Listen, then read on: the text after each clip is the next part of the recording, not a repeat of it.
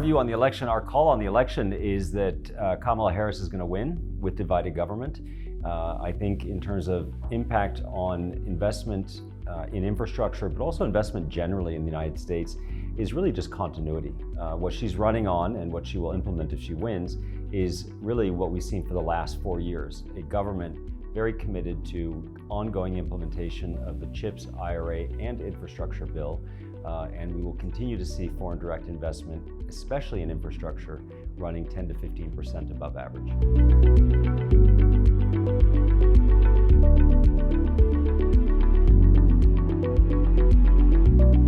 I think U.S.-China, the direction of travel in the bilateral continues to be negative regardless of who wins our election because of four main sources of tension: trade war, U.S. tech export restriction list, we're subsidizing supply chain diversification with our CHIPS Act, and then Taiwan.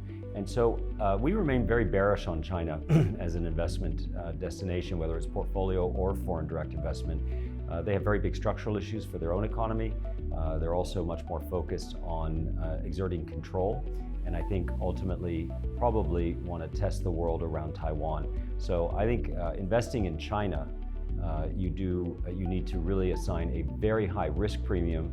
You need to be much more short term in your thinking and be tactical so you can get out.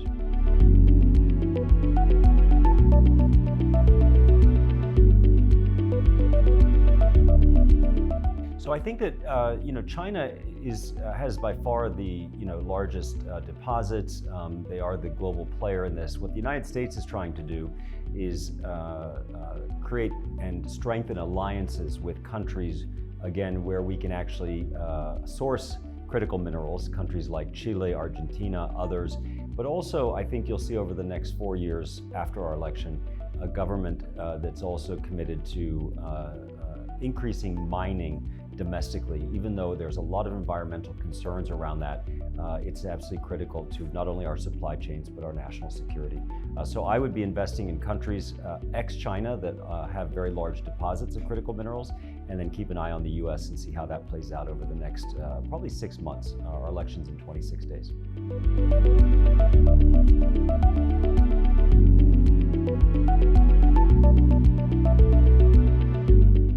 Well, I think infrastructure is still going to be, has been and will continue to be a top investment theme because so many countries, including the United States, have fallen way behind in terms of the overall infrastructure of the country and the ongoing and increasing need for better infrastructure. So the infrastructure bill in the United States really does two things. Joe Biden passed it in his first 2 years. It provides funding for new infrastructure, but very critically, also funding to upgrade existing infrastructure, both of which are badly needed. So I would say in countries like the United States and others where there is already approved funding, that's where you want to be investing because the money's been appropriated, it's being spent, and there's huge opportunities.